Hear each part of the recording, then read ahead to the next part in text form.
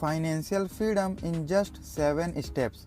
Hello दोस्तों, आज इस वीडियो में हम जानने वाले हैं कि कैसे आप सिर्फ 7 स्टेप्स में फाइनेंशियल फ्रीडम अचीव कर सकते हो, जिससे आपको कभी भी पैसों की टेंशन नहीं होगी। और ये सब हम जानने वाले हैं ऑथर डेव रामसे की हेल्प से। दोस्तों, डेव रामसे 26 साल की उम्र में ही काफ़ी सक्सेसफुल बन गए थे।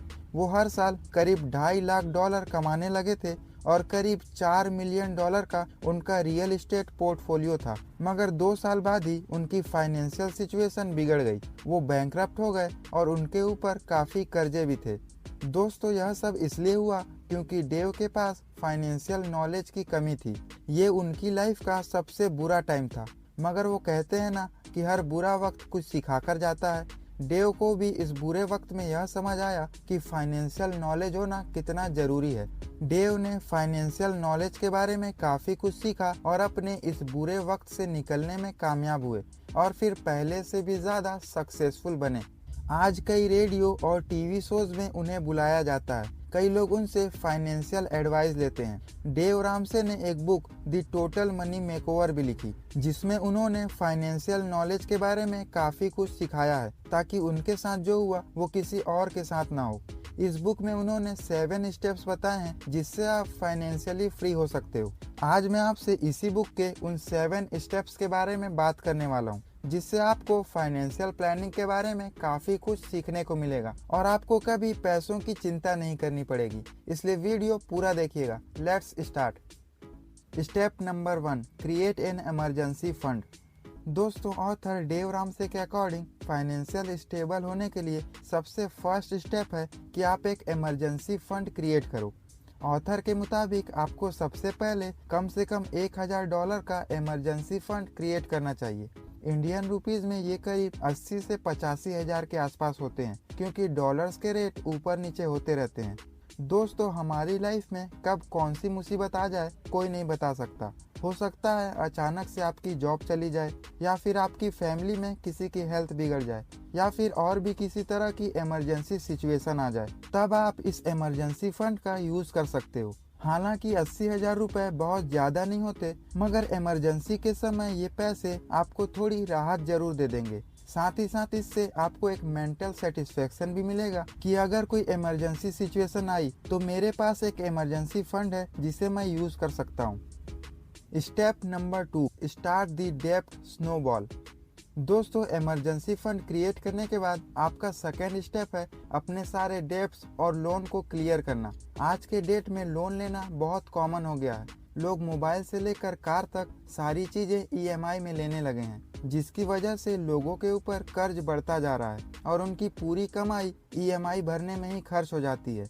इसलिए आपको जितनी जल्दी हो सके अपने सारे कर्जों को ख़त्म करना है। इसके लिए ऑथर कहते हैं कि आप स्नोबॉल मेथड का यूज़ कर सकते हो।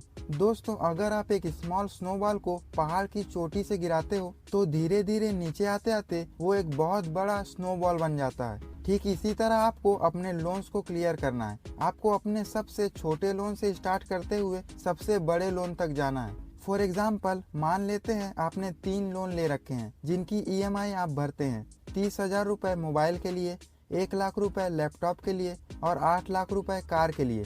तो सबसे पहले आपको मोबाइल का लोन क्लियर करना है। दोस्तों, लोन छोटा हो या बड़ा, उसे क्लियर करने के बाद एक सेटिस्फेक्शन जरूर मिलता है। ये आपको इंस्पायर करेगा अपने अगले लोन को ख़त्म करने के लिए और धीरे धीरे आप अपने सारे लोन को ख़त्म कर दोगे। Step number 3, grow your emergency fund. दोस्तों, अपने सारे लोन्स और कर्जों को ख़त्म करने के बाद थर्ड स्टेप है अपने इमरजेंसी फंड को ग्रो करना। इमरजेंसी फंड में आपको इतने पैसे सेव करने हैं कि आप अपने और अपने फैमिली के कम से कम 6 महीनों का खर्च उठा सकें। फॉर एग्जाम्पल, मान लेते हैं कि आप हर महीने 50,000 रुपये कमाते हैं और आपकी फैमिली का मंथली खर्च 25,000 रुपये है। तो आपको 25,000 × 6 मतलब करीब 1.5 लाख रुपए इमरजेंसी फंड में सेव करने होंगे। मगर ऑथर कहते हैं कि आपको अपने मंथली खर्च के हिसाब से नहीं, बल्कि अपनी सैलरी के हिसाब से सेव करना है। मतलब आपको 50,000 × 6 यानी करीब 3 लाख रुपए इमरजेंसी फंड में सेव करके रखना चाहिए। इमरजेंसी फंड को ग्रो करने का मेन रीजन ये है कि स्टेप 2 में आपने अपने सारे लोन को क्लियर कर दिया, तो अब आगे आपको लोन लेने की जरूरत ना पड़े, इसलिए आपको इमरजेंसी फंड को ग्रो करना चाहिए। दोस्तों, आप फाइनेंशियली स्टेबल तभी हो सकते हो जब आपके ऊपर कोई कर्ज ना हो। ऑथर की लाइफ में लोन और कर्ज की वजह से ही काफी दिक्कत आई थी, इसलिए वो ये नहीं चाहते कि आपको कभी लोन लेने की जरूरत पड़े। Step number 4, invest 15% income for retirement.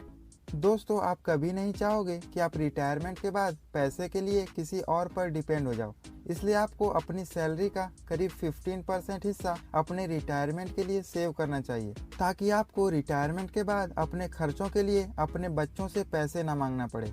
पैसों की वजह से पेरेंट्स और बच्चों के बीच का रिलेशन भी खराब होता है, इसलिए आपको अपने रिटायरमेंट के लिए भी पैसे सेव करना चाहिए। नाउ अब सवाल यह उठता है कि आप अपने रिटायरमेंट के पैसों को क्या चीज में इन्वेस्ट करें।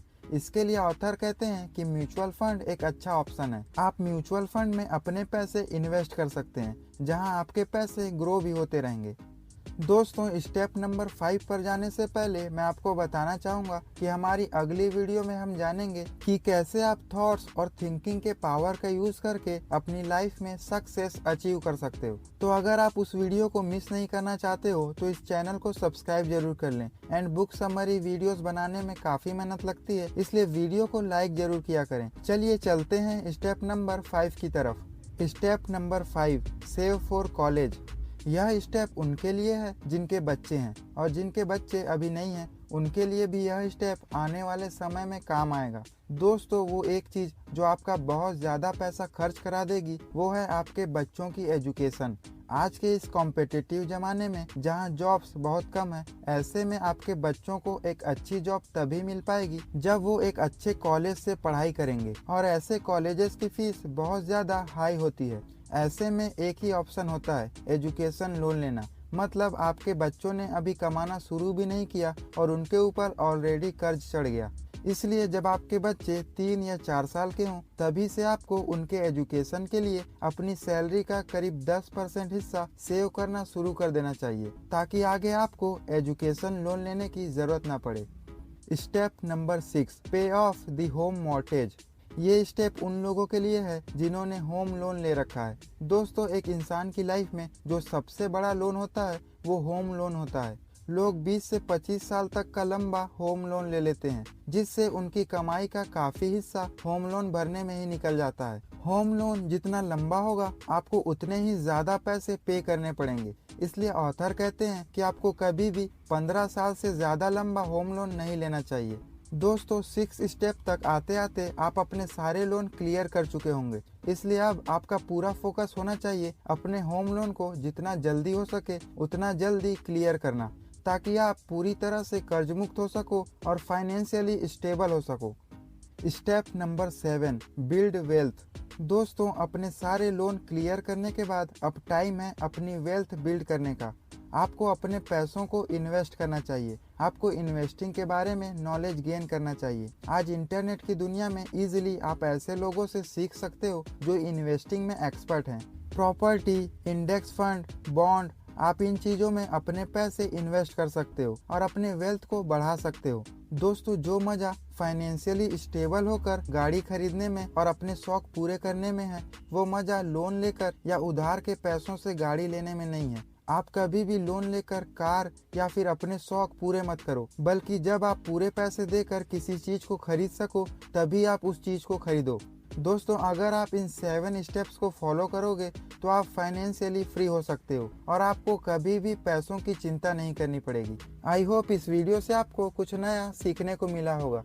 दोस्तों, यह सारी बातें मैंने आपको डेव रामसे की book the total money makeover से बताई हैं। अगर आप ये सारी बातें डिटेल में सीखना चाहते हैं तो इस बुक को जरूर पढ़ें। इस बुक की लिंक मैंने नीचे डिस्क्रिप्शन में दी है। अगर आप इन्वेस्टिंग के बेस्ट स्ट्रेटेजीज जानना चाहते हो और एक इंटेलिजेंट इन्वेस्टर बनना चाहते हो तो मेरी इस वीडियो को देख लो। इस वीडियो से आपको इन्वेस्टिंग के बारे में बहुत कुछ सीखने को मिलेगा।